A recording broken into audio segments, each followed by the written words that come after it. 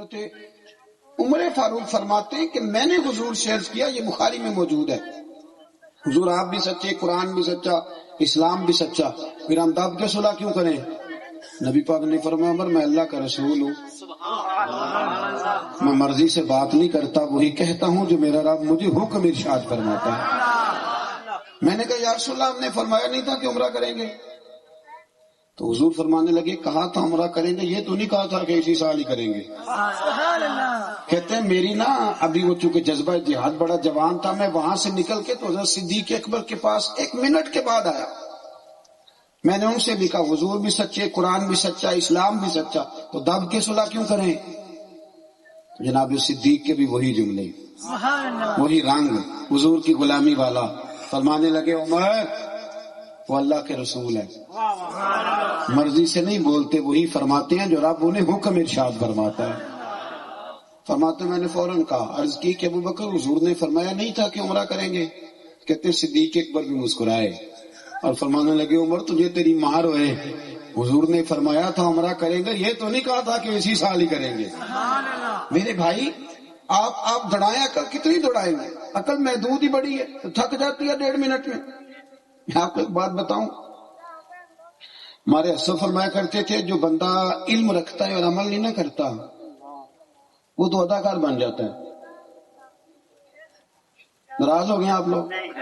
کیونکہ پڑھے لکھے لوگوں کا زمانہ ہے نا، تو کوئی ہر بندہ یہی نہ کہہ دے میں بھی BA ہوں، مجھے تو نہیں کہہ رہے کہیں، میں مجموعی بات کر رہا ہوں، چلے آپ میری بات کریں، میں اپنی بات کر رہا ہوں۔ جو بندہ علم رکھتا ہے اور عمل، فرمایا کرتے تھے کہ یہ تو اداکار ہے کہ اس کے اندر سے آواز کچھ اور آ رہی ہے اور باہر سے یہ کچھ، تو یہ تو ایک جیسا نہیں بیچارہ، اوپر سے کچھ اور ہے۔ ریاکاری ویسے بھی اداکاری ہی ہوتی ہے، کیونکہ جو آپ نہیں ہوتے وہ آپ کر رہے ہوتے ہیں، وہ ہوتی ہی اداکاری ہے، کوئی مانے اور کوئی چاہے نہ مانے۔ جب آپ عمل کرتے ہیں نا دین پر تو پھر بہت ساری تقریروں کی ضرورت نہیں رہ جاتی، پھر کسی عالم کا اٹھنا بیٹھنا لوگوں کو بتا دیتا ہے کہ یہ دین اس چیز کا درس دیتا ہے، پھر اس کا گفتگو کرنا، لوگوں سے ملنا جلنا، یہ اندازہ کر دیتا ہے کہ یہ بندہ ماسٹر کیا ہوا ہے اس نے، یا M.Phil کا اسٹوڈنٹ ہے یا PhD کی ہے۔ لیکن اگر شعور ہی نہ آئے، پھر الفاظ کا گورکھ دھندا ہے، تو پھر تو وہ شیخ سعدی فرمایا کرتے تھے کہ لفظ تو طوطے کو بھی سکھا دیے جائیں تو یاد تو وہ بھی کر ہی لیتا ہے، جملے تو رٹ لیتا ہے نا، طوطا بھی کہہ دیتا ہے میاں مٹھو جوری کھانی ہے، تو صرف 2-4 دفعہ اور محنت کی جائے گی تو جملوں کا ہیر پھیر تو اسے بھی آ ہی جائے۔ دین عمل کرنے آیا، ذات رسالت کے معاملے میں کبھی بھی بحث نہ کریں کسی بھی۔ ہمیں بڑا مزہ آتا ہے، آ کے پوچھتے ہیں جی وہ فلانا بندہ کہہ رہا تھا کہ نبی پاک صلی اللہ علیہ وسلم کوئی علم غیب نہیں، تو میں نے کہا اس بندے سے تو بعد میں بات کریں گے، پہلے تو بیٹھنا، تو نے سن کیسے لی یہ بات؟ ادھر آنا، تیرے ابا جی کو کہہ دے ان پڑھ ہے تو سنتا نہیں، اور تیرے سامنے کو رسول پاک کو کہہ کے چلا گیا اور تو آ گیا دلیل پوچھنے۔ میری بات کو سمجھے، امیر ملت پیر جماعت علی شاہ صاحب محدث علی پوری رحمت اللہ، پاکستان کا مطلب کیا؟ کہ دسی یہ گل ایسا تسی طریقے پاکستان، اس کا مطلب ہے یہ نعرہ اتنا پکا ہے کہ بچے بچے کی زبان پہ آج بھی۔ تو آپ کی کون سی سیاسی جماعت یہ نعرہ لگاتی ہے؟ وہ میری بات کو سمجھیں آپ، یہ کوئی کہتا ہے جمہوریت کے لیے بنا تھا، کوئی کہتا ہے سوشلزم کے لیے بنا تھا، کوئی کہتا ہے حقوق کے تعین کے لیے بنا تھا، جمہوریت کے لیے بنا تھا۔ تو انڈیا کی جمہوریت تو آج بھی آپ سے اچھی ہے، آج تک ڈکٹیٹر کی حکومت نہیں آئی۔ یہ کس بلا کا نام ہے جو آپ لے رہے ہیں؟ پاکستان کا مطلب کیا؟ لا الہ الا اللہ محمد رسول اللہ صلی اللہ علیہ وسلم۔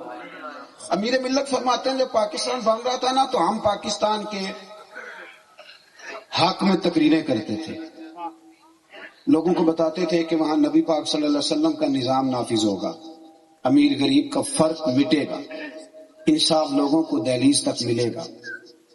ہم چونکہ اسلامی نظام کی خوبصورتیاں بیان کرتے تھے، جو ہندوؤں کے پنڈت تھے نا وہ چونکہ گاندھی کی آندھی میں بہ رہے تھے، وہ پاکستان کے مخالف تقریریں کرتے تھے اور معاذ اللہ ثم معاذ اللہ لوگوں کے ذہنوں میں فطور پیدا کرتے تھے۔ اسلام کی سزائیں بڑی سخت ہیں، وہاں ہاتھ کٹیں گے، گردنیں کٹیں گی، درے لگیں گے۔ ان کو کیا پتا تھا کہ یہاں حکمران ہی وہ آ جائیں گے جن کا دور دور تک رشتہ کوئی نہیں اس کام سے، دور دور تک. یہ وہ نا لوگوں کو بتاتے تھے، انتشار پیدا کرتے تھے. امیر ملت فرماتی ہے کہ ایک جگہ ہندوؤں کا جلسہ تھا، سارے ہندو ہی تھے، مسلمان کوئی نہیں تھا. تو وہاں ہندو پنڈت تقریر کر رہا تھا، تو اس نے نا گفتگو کرتے کرتے نبی پاک علیہ السلام کے بارے میں نا کوئی کمزور بات کر دی. معاذاللہ، کوئی مسلمان نہیں، اسپیکر چل رہا تھا. ایک ہی مسلمان بابا بیٹھا تھا. وہ بابے نہیں ہوتے جن کے پاس کئی رنگوں کا ڈنڈا ہوتا ہے، وہ ملنگ صاحب کہیں بیٹھے تھے دوری ڈنڈا لے کے کونے میں. ملنگ تلنگ آدمی تھا. اس کے کانوں میں آواز گئی معاذ اللہ کہ اس نے حضور کے بارے میں صحیح جملہ نہیں کہا. اور اس ملنگ کو روکنا بھی کسی نے نہیں تھا. وہ ملنگ نا پیچھے سے اسٹیج پہ چڑھ گیا، کہتا میں نے پنڈت کے سر پہ ڈنڈا مارا ہے، مارا ایک ہی ہے، پر مارا ذرا تگڑا کر کے. پنڈت ڈھیر ہو گیا زمین. اب ظاہر ہے وہ سارے ہندو تھے، اس کو پکڑا، جیل میں بند کر دیا. امیر ملت فرماتے ہیں مجھے پتا چلا تو میں جیل میں ملنے گیا. حافظ بھی تھے، عالم بھی تھے، سید بھی تھے، شیخ طریقت بھی تھے، بہت بڑے مجاہد بھی تھے. ماتوں جب میں ملنے گیا نا، لوگوں نے بتایا یہ پیر جماعت علی شاہ صاحب ہے. تو اٹھ کے کھڑا ہو گیا اور ہاتھ باندھ کے نا اس نے جملہ ایسے کہا کہ میرے وجود پہ کپ کپی طاری ہو گئی. کہنے لگا شاہ جی معاف کرنا، مجھے سیدوں سے ملنے کے ادب اداب نہیں آتے. آپ نے کیوں تکلیف کی میرے جیسے بندے کی؟ مجھے نہیں ادب. تیری نسل پاک میں ہے بچہ بچہ نور کا، تو ہے عین نور تیرا سب گھرانہ نور کا. مجھے نہیں ادب اداب آتے حضور، کیوں تکلیف کی؟ تو حضرت امیر ملت کہتے میں نے اسے کہا نہ تو نے داڑھی رکھی ہے، نہ تو مسجد جاتا ہے، پر کام تو نے بہت بڑا کر دیا ہے. فرماتے ہیں رو پڑا، رو پڑا. کہنے لگا حضور مسجد نہیں جاتا میری غلطی ہے، داڑھی نہیں رکھی میری غلطی ہے، میرے لیے دعا کریں. پر حضور میں گناہ گار ہوں، پر اپنے نبی کا غدار تو نہیں نا. ہمارے بچے چھوٹے چھوٹے، میری نا اماں دیہاتی خاتون تھی، تو ٹی وی پہ اس وقت تو پی ٹی وی ہوتا تو صرف ٹی وی پہ اذان شروع ہوتی تو میری اماں نکلتی میرا دوپٹہ پڑھائی، ٹی وی پہ اذان ہو رہی ہے. تو میں کیونکہ تھوڑا بہت مدرسے پڑھنے لگا تھا، تو مولوی اب مسئلہ نہ بتایا تو تب بھی کئی دفعہ بد ہضمی ہو جاتی ہے. میرے سامنے مسئلہ آیا تو میں نے کہا اماں جی ایک کدو کوئی فرض ہے ٹی وی تے بانگ ہوئے تو دوپٹہ لینا، اور دوسرا یہ تو اذان ٹی وی کی ہے، ہمارے اوپر تو اس اذان پہ نماز پڑھنا ضروری ہے جو مسجد میں ہوگی. تو میری اماں کہتی ہے مینوں زیادہ گلاں نہ سنا، دوپٹہ دے انہیں میرے نبی دا نام لینے. میری بات کو سمجھے، ہمارے حضور کے ساتھ جذباتی رشتے وابستگیاں ہیں، گہرا تعلق. ہمارے ہاں ویسے نہیں ہوتی، ہمارے ہاں تو سرکار کی شانیں، عظمتیں، رفعتیں، بلندیاں. ہمارے ہاں یہ تکرار نہیں ہوتی تھی جو آج شروع ہو گئی. ہر بات علماء کرتے تھے، باتیں اختلاف رائے ہوتا تھا، پر وہ بزرگوں میں ہوتا تھا اور کتابوں میں بند ہوتا تھا. عام آدمی میری طرح کی عمل کرتے تھے. وہ تو کہتے تھے کوئی شان کی بات سنیں گے تو محبت بڑھے گی. سنگیو، حضور کی کوئی بات ملے تو اس پر عمل کرو، سرکار کا کوئی فرمان ملے تو اس پر عمل کرو. نبی پاک علیہ السلام کی ذات کے بارے میں کبھی بحث نہ کرو، دین کے معاملات میں کبھی بحث نہ کرو. حکم آ گیا تو آ گیا. بات یاد آ گئی، صلح حدیبیہ کے موقع پر ہی نا ایک صحابی تھے حضرت ابو جندل ان کا نام تھا رضی اللہ تعالیٰ. اور بھی بڑی کتابوں میں آپ کو ملے گا ان کا تذکرہ، لیکن ڈاکٹر احمد عبد الرزاق نے سیرۃ النبویہ، بڑی خوبصورت کتاب ہے یہ، مدینہ یونیورسٹی کے وائس چانسلر رہے ہیں اور بڑے خوش عقیدہ آدمی. سلسلہ شاذلیہ سے ان کا انسلاک ہے، بڑی شاندار انہوں نے لکھی ہے. اس میں وہ فرماتے ہیں کہ ان کو نا ان کے باپ نے باندھا ہوا تھا گھر میں زنجیروں کے ساتھ، اور یہ کہتے تھے میں نے مدینے جانے. اب بھی لوگ مدینے جاتے ہیں پر اب نہیں رو کے جاتے، اب پیسے ہی بڑا ہے، اب تو ٹکٹیں بڑی ہیں. اب کون روتا ہے؟ پہلے دنیا روتی تھی، ایک ایک روپیہ لوگ جمع کرتے تھے، تڑپتے تھے، آہیں لیتے، اور وہاں بھی لمحہ لمحہ رو کے گزارتے تھے. اب چونکہ پیسہ بڑا ہے تو وہاں بھی زیادہ وقت فوٹو کھینچ کے گزارتے، کیونکہ وقت بدل گیا نا جی. جب مشکل تھا جانا تو تب تڑپ بھی زیادہ تھا، تو وہ تڑپتے.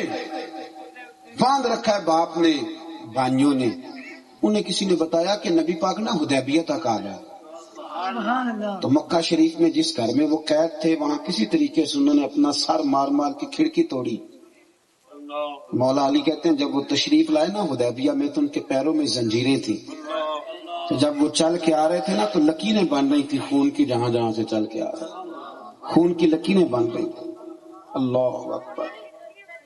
کہتے وہ آئے، حدیبیہ کی شرطیں طے ہو گئی تھی پر ابھی تحریر ہونا باقی. آ کے کھڑے ہوئے تو بڑے درد سے روئے. یا رسول اللہ صلی اللہ علیہ وسلم مجھے چھوڑ کے نہ جائیے گا. حضور یہ میرا باپ مجھے ڈنڈوں سے مارتا ہے، یہ میرے بھائی مجھے تکلیف دیتے ہیں. حضور ایک بات بتاؤ، اس طرح اس حال میں اگر کوئی استاد کوئی باپ چھوڑ کے چلا جائے تو معاذ اللہ عقیدتوں کا کیا حشر ہوتا ہے.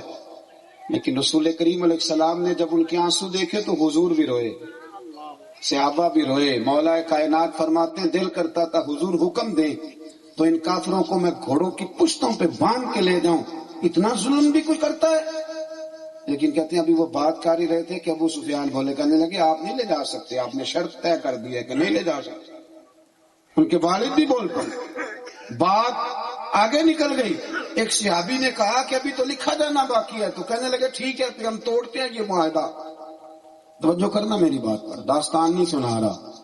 یہ وہ لوگ ہیں جن کی ترتیب مدینے والے محبوب نے اپنی نگاہ کامل سے فرمائی ہے. اس دھرتی نے یہ نظارے دیکھے ہیں. اس طرح دین پہ چلنے کا مزہ آتا ہے. پھر انسان پھر صبح فجر پہ اٹھنا بوجھ نہیں بنتا. پھر وہ بہانے بازی نہیں کرتا کہ میرے سے فلانا کام نہیں ہوتا. پھر تو میرے بھائی اسے کچھ چیز کھینچ کے لے جاتی اللہ کے گھر میں. حضرت ابو جندل جب روئے انہوں نے کہا نہیں آپ لے جا سکتے. تو میرے رسول کریم اٹھے، حضور ان کے قریب گئے اور پہلے نبی پاک صلی اللہ علیہ وسلم نے نا ان کو سینے سے لگایا. وہ فرماتے میرے پاس جتنے آنسو تھے میں نے کھول کے بہائے. جی کرتا ہے میرے سونے کوئی درد پرانا ہی چھیڑا، کھول کے روئے. فرماتے ہیں پھر نبی پاک نے پہلے انہیں تھپکی دی اور پھر اپنے ہاتھوں سے حضور نے ان کے آنسو پوچھے. کیا کسی درویش کا جملہ ہے اور کتنا ہی عالی شان ہے. وہ کہتے ہیں ایک باری میری آنکھیاں چوں اونا نے اتھرو پونجے سن، ہوں تے چسکا پہ گیا رونے دا، ہوں تے چسکا پہ گیا رونے دا، تے ہر ویلے آہو زاری دا. سرکار نے آنسو پوچھے اور پھر نبی کریم صلی اللہ تعالی وسلم نے ایک جملہ کہا. فرمایا ابو جندل تیرا تھوڑا امتحان باقی ہے، تیرا تھوڑا امتحان تھوڑا سا باقی ہے. میرا دوسرا حکم آنے تک تم نے صبر کرنا ہے. حضرت ابو جندل نے بات سنی، سرکار کی قدم بوسی کر کے ذرا پیچھے ہوئے تو ان کے گھر والوں نے نا یہاں سے گریبان سے پکڑا، کھینچ کے کہنے لگے چل. بڑا شاندار جملہ لکھا ڈاکٹر صاحب نے. حضرت ابو جندل اٹھ کے کھڑے ہوئے تو کہنے لگے اپنے باپ سے بس کر چھوڑ دے. اس نے کہا معاذ اللہ وہ تجھے لے کے نہیں گئے، چل اب میں تجھے باندھوں گا. کہنے لگے ابا اب اس طرح نہ کر، میرا تو ایمان اور بڑھ گیا کہ میرے نبی وعدوں کے پکے ہیں. کہنے لگے اب اس طرح کر، اب نہ یہ تو میرے ہاتھ بھی کھول دے میرے پیر بھی کھول دے، اور اب تجھے مجھے باندھ کے رکھنے کی ضرورت نہیں، اب تو مجھے بتا دے میں نے کس کمرے میں قید ہونا ہے.